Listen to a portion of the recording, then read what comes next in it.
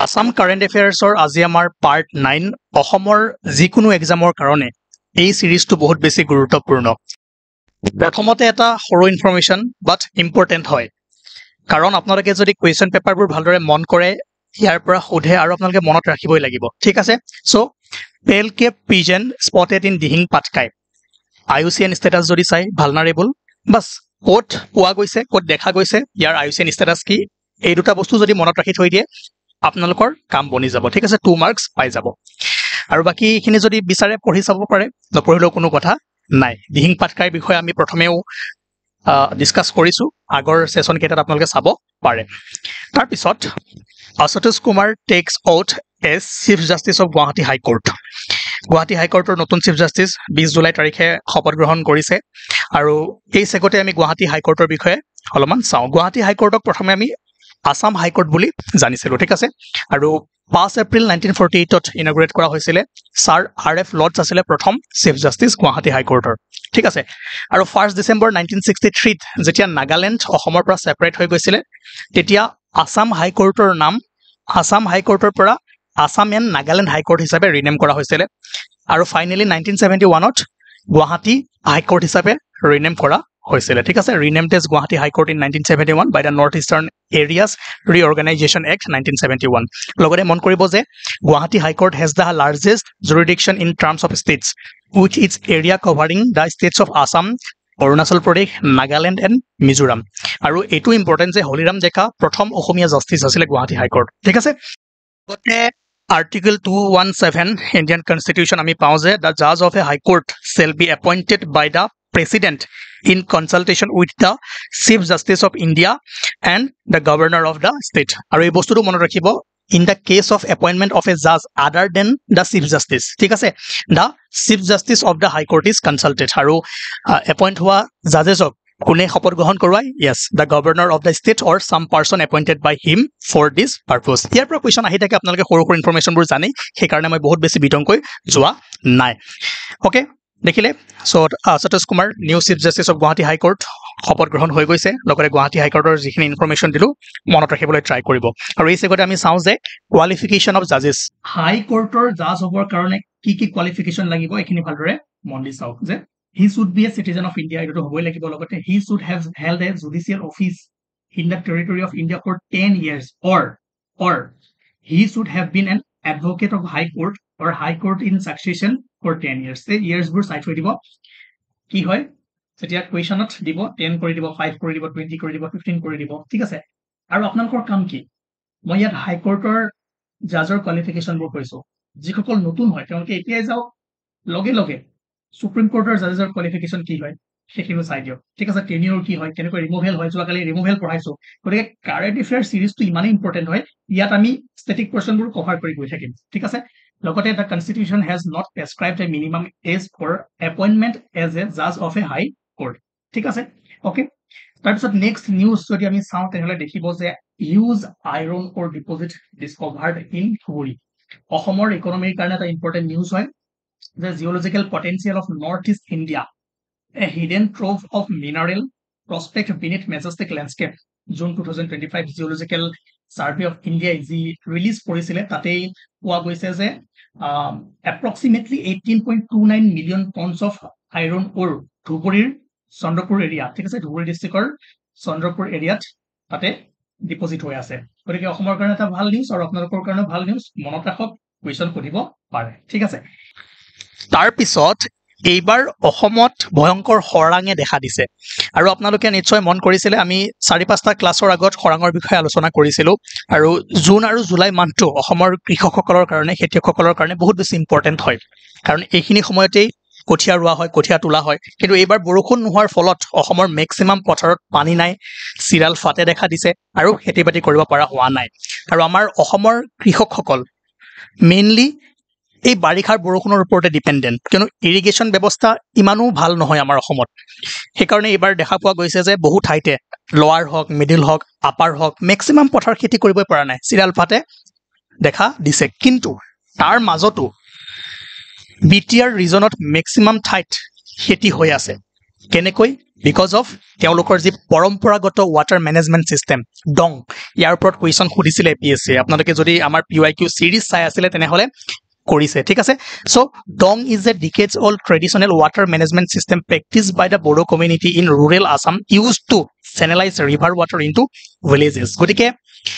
এই dong water management system Bodo কমিউনিটিৰ এটা ইণ্ডিজেনিয়াছ পৰম্পৰাগত এটা ৱাটাৰ মেনেজমেণ্ট চিষ্টেম আৰু যাৰ ফলত বিভিন্ন পথাৰত কি হৈ আছে খেতি হৈ আছে আৰু আপোনালোকে যদি কেইফালে কেতিয়াবা পিকনিক খাবলৈ গৈছে তেনেহলে এনেকুৱা বস্তুবোৰ দেখিব ইয়াত কি কৰা হয় যে ভুটানৰ পৰা যিবোৰ নদী নামি আহি প্লেনত সোমায় আৰু এনেকুৱা ঠাইত বান্ধ বনোৱা হয় বান্ধবোৰ কিহেৰে বনায় গছৰ ডালেৰে পাতেৰে শিলেৰে ঠিক আছে আৰু বছৰৰ যিকোনো ঠাইতে যাতে সেই নদীখনৰ পৰা পানীবোৰ মাটিৰ নলাৰে খেতি পথাৰলৈ বৈ আনিব পাৰে এই সিস্টেমটো তেওঁলোকে বনাই ৰাখে আৰু ইয়াতে তেওঁলোকৰ ইণ্ডিজিনিয়াছ ইঞ্জিনিয়াৰিং নলেজটো এনেকৈ লগায় আৰু এটা ধুনীয়া শ্লোপত ৰাখে গতিকে আৰু এই ডং ৱাটাৰ মেনেজমেণ্ট চিষ্টেমৰ কাৰণে আজি যদি আপুনি বিটিআৰ অঞ্চলত চাই তেনেহলে বহু ঠাইতে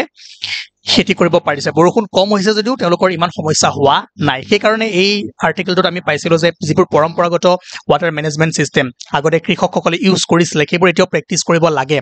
অকল বৰষুণৰ ওপৰত নিৰ্ভৰ কৰি বা চৰকাৰী ইৰিগেশ্যন চিষ্টেম ঠিক কৰি দিব এইবোৰ ভাবি থাকিলে নহব আৰু এই ডঙত কি কৰা হয়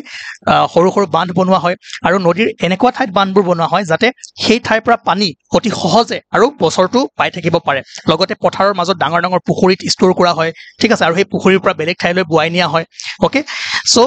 ডঙৰ বিষয়ে আপোনালোকে অলপ চাই থৈ দিয়ক মই যিখিনি ক'লো যদি বুজিছে পৰীক্ষাত ষ্টেটমেণ্ট বেছ কুৱেশ্যন আহিলেও কৰিব আপোনালোকে পাৰিব ঠিক আছে তাৰ পিছত যদি চাই প্ৰধানমন্ত্ৰী ফচল বীমা যোজনা যেহেতু এবাৰ খৰাং হ'বলৈ গৈ আছে খেতি বাতি যেতিয়া নহব আমাৰ কৃষকসকলৰ কাৰণে বহুত এটা মানে বেয়া দিন আহি আছে আমাৰ কৃষকসকলে গোটেই বছৰটো খেতিৰ ওপৰতে নিৰ্ভৰযোগ্য এই সময়ত যি খেতি হ'ব ধান কাটিব ধান ওলাব আৰু তেনেকৈ বছৰটো চলে খোৱা ভাতখিনিও হয় বা খোৱা চাউলখিনিও হয় লগতে ধান বেছিও বহুতে জীৱন নিৰ্বাহ কৰে কিন্তু এইবাৰ যেহেতু খৰাং হ'বলৈ গৈ আছে বহু ঠাইতে খেতি বাতি এতিয়ালৈকে হোৱা নাই জুলাই এণ্ডলৈকে চৰকাৰে ইয়াক ড্ৰট বুলি ঘোষণা কৰি দিব আৰু ঘোষণা কৰাৰ লগে লগে প্ৰধানমন্ত্ৰী ফচল বীমা যোজনাৰ জৰিয়তে যিসকলে ইঞ্চুৰেঞ্চ কৰি থৈছিলে তেওঁলোকে কি হ'ব পইচাসমূহ পাব বা ক্ষতিপূৰণ পাব কিন্তু অসমৰ সমস্যা কি যে অনলি 18% 18% কৃষিভূমিহে প্ৰধানমন্ত্ৰী ফচল বীমা যোজনাৰ অন্তৰ্গত আছে সেইকাৰণে বহু সংখ্যক কৃষকে মেক্সিমাম কৃষকে ইয়াৰ পৰা লাভ নাপাব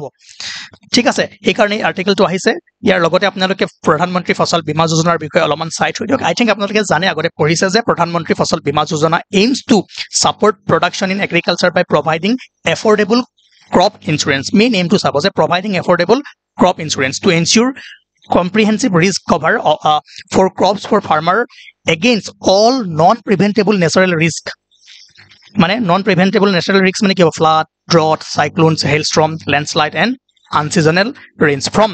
pre-sowing to post harvest stages ঠিক আছে গতিকে আপোনালোকে জানি প্ৰধানমন্ত্ৰী ফচল বীমা যোজনাৰ বিষয়ে য'ত একদম প্ৰিমিয়াম 2% 3% 5% মেক্সিমাম 5% আছে ঠিক আছে আৰু এতিয়া যদি ৰাজ্যত ড্ৰট হয় এবাৰটো যদি ড্ৰট হয় তেনেহলেতো ইয়াৰ ক্ষতিপূৰণ পাব কিন্তু প্ৰধান মেইন কথা আমাৰ অসমৰ অনলি 18% হে ইয়াৰ আণ্ডাৰত আছে গতিকে বাকীবোৰৰ কাৰণে কি কৰিব বা কি নকৰিব চৰকাৰে এতিয়াও চিন্তা চৰ্চা কৰি আছে বা আগন্তুক দিনত যদি কিবা ডেভেলপ হয় ইয়াৰ বিষয়ে আমি গম বাকি আপোনালোকে